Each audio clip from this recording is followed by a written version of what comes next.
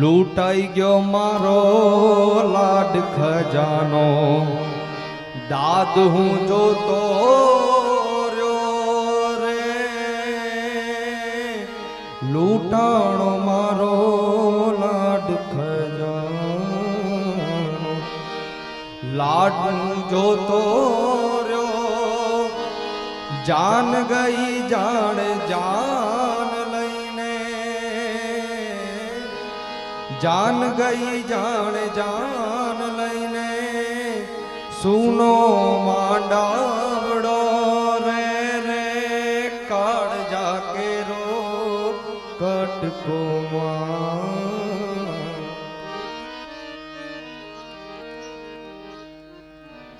તો ચાર દાન બતાવેલા છે આપણા શાસ્ત્રમાં.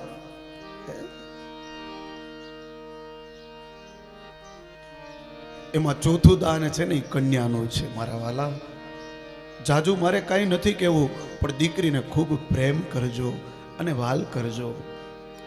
દીકરી એના ભાગ્યનું લઈને આવે છે અને એનાથી વિશેષ વધારે અતિશયુક્તિ નથી કહેતો, પણ એના ભાગ્યનું તમને દઈને જાય છે, લઈને આવે છે અને એના ભાગ્યનું તમને દઈને પછી દીકરી જાય છે. સાહેબ, દીકરીને ભાલ કરજો, દીકરીને પ્રેમ કરજો. તો ચોથું દાન છે એનું નામ છે કન્યાદાન. ગઈકાલે આપણા સુરેશ મામાએ કન્યાના દાન કર્યા છે. સાહેબ, ખૂબ જ ભાગ્યશાળી છે વ્યક્તિ.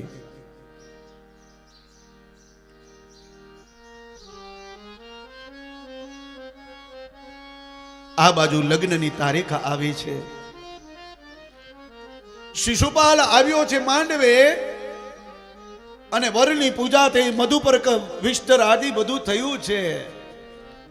અને પછી અંતરપટ નખાણા, મંગલાષ્ટક બોલાણા અને કહે કન્યા પધરાવો સાવધાન.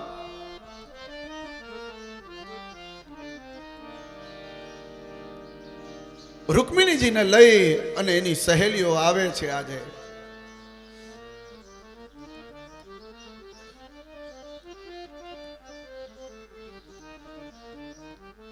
પણ એના કુળનો રિવાજ છે કે સૌથી પહેલે માતાજીના દર્શન કરવા જવાના.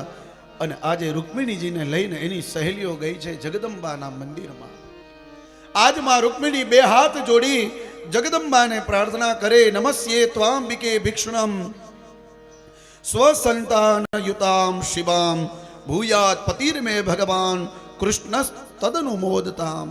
હે માં જગદંબા, આપના ચરણોમાં હું વંદન કરું છું, પણ મને પતિ તરીકે આ કૃષ્ણ પ્રાપ્ત થાય એવી તમે કૃપા કરજો. અને અદ્ભુત સ્તુતિ આજે માં રૂકમિણીએ એ જગદંબાની કરી છે. કેવી સ્તુતિ છે!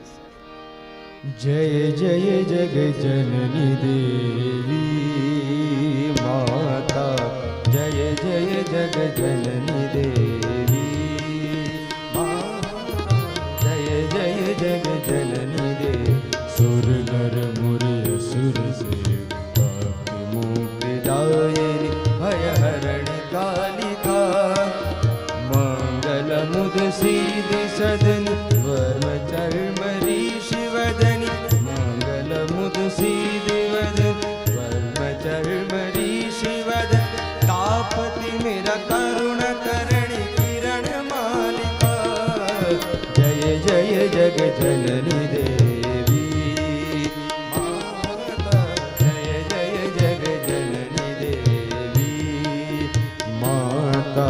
सुर नर मुर असुर से मुक्तिदाय भय हरण कालिका, मंगल मुद सिद्धि सदन धर्म चर्म ऋषि वदन, तापति मेरा करुण करण किरण मालिका.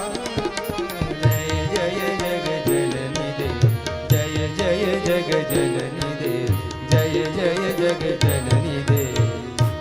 રામચરિત માનસમાં જ્યારે પુષ્પ વાટિકામાં ભગવાન રામને સીતાએ જોયા અને સીતાજીને રામજીએ જોયા.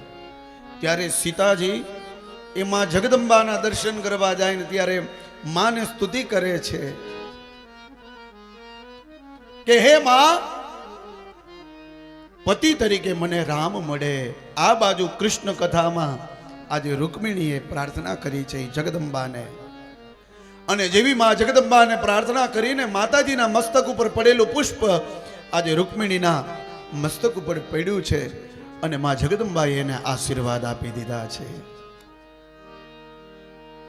ન તાતો ન માતા ન બંધુર ન દાતા ન પુત્રો ન પુત્રી ન ભૃત્યો ન ભરતા ન જાયા ન વિદ્યા ન વૃત્તિરમભેવ ગતિસ્ત્વં ગતિસ્ત્વં ત્વમેકા ભવાની.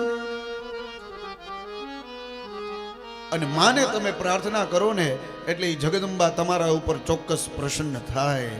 એ માએ આશીર્વાદ આપી દીધા. જેવા રૂકમિણીજી બારે નીકળ્યા ને, ભગવાન દ્વારકાધીશ રથ લઈને ઊભા છે, અને જેવા 12 દ્વાર સુધી આવ્યા ને, ભગવાન દ્વારકાધીશે આમ હાથ લાંબો કર્યો. આ બાજુ રૂકમિણીજીએ પોતાનો જમણો હાથ લાંબો કરી અને ભગવાન દ્વારકાધીશના હાથમાં આપી દીધો. અરે હું તો ત્યાં સુધી કહીશ કે આજે જગદંબાના સાનિધ્યમાં હસ્તમેળાપ થઈ ગયો. એ દ્વારકાધીશના હાથમાં માં રૂકમિણીએ હાથ આપી દીધો.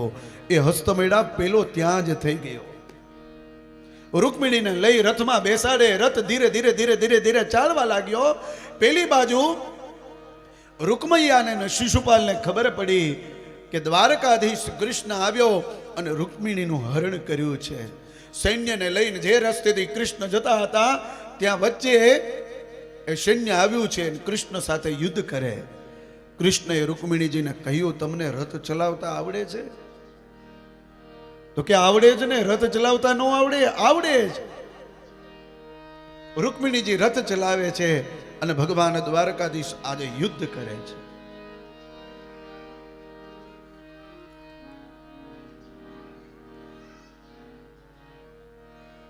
આપણને આ યુગમાં જ બધું બહેનોને આવડે એવું જરૂરી નથી હો. આદિ અનાદિ કાળથી બહેનો ને બધું આવડતું, યુદ્ધ કરતા આવડતું. અત્યારે બહેનોને તલવાર હાથમાં પકડતા નહીં આવડતી હોય. કોઈક છે જેને આવડતું હોય, ઘણાને ન આવડે.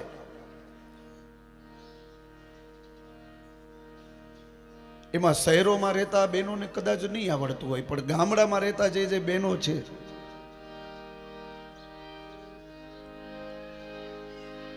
એ હાથમાં તલવાર લે અને હાથમાં તલવાર ફેરવે ખરા. પણ આ આદિ અનાદિ કાળથી આયલું આવે છે. માં રૂકમિણીજીને રથ આવડે છે. આપણને ખાલી એક ગાડી ચલાવતા આવડે એટલે આપણે એમ કે મને ગાડી ચલાવતા આવડે, પણ સામે વાળાએ ધ્યાન રાખવું પડે આપણાથી. એમાં અમારે બોમ્બેમાં, બરોડામાં, પછી અમદાવાદમાં બહુ ધ્યાન રાખવું પડે. હું તો ઘણી વખત બધા ભાઈઓને એમ કહું કે બહેનો ચલાવતા હોય ને એનાથી આપણે દૂર ચલાવવાની ગાડી. ક્યારે આવી જાય ગાડી કઈ નક્કી ન કહેવાય. પછી શું કે ખબર? સોરી. તારા સોરીમાં ઓનો ટાંટિયો ભાંગી ગયો.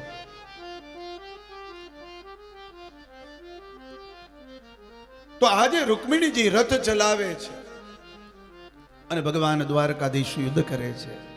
પણ પેલી બાજુ દ્વારકામાં બલભદ્રજીને ખબર પડી, સૈન્યને લઈને આવે, કૃષ્ણને કહે તું વરાજો છો, તારે યુદ્ધ ન કરાય. અને પછી બલરામજીએ એ યુદ્ધ કર્યું છે. એમાં શિશુપાલ ભાગી ગયો અને રૂકમયો બલરામજીના હાથમાં આવી ગયો. પણ રૂકમિણીજીએ કહ્યું કે મોટા ભાઈ, તમે જેમ મોટા ભાઈ છો એ રીતે આ પણ મારો ભાઈ છે, એને તમે છોડી દો. બલરામજી કહે એમ છોડાય નહીં, પણ તમે કીધું એટલે છોડું છું, પણ આમ ને એમ નહીં છોડું. એનું મુંડન કર્યું અને પછી એને છોડ્યો છે.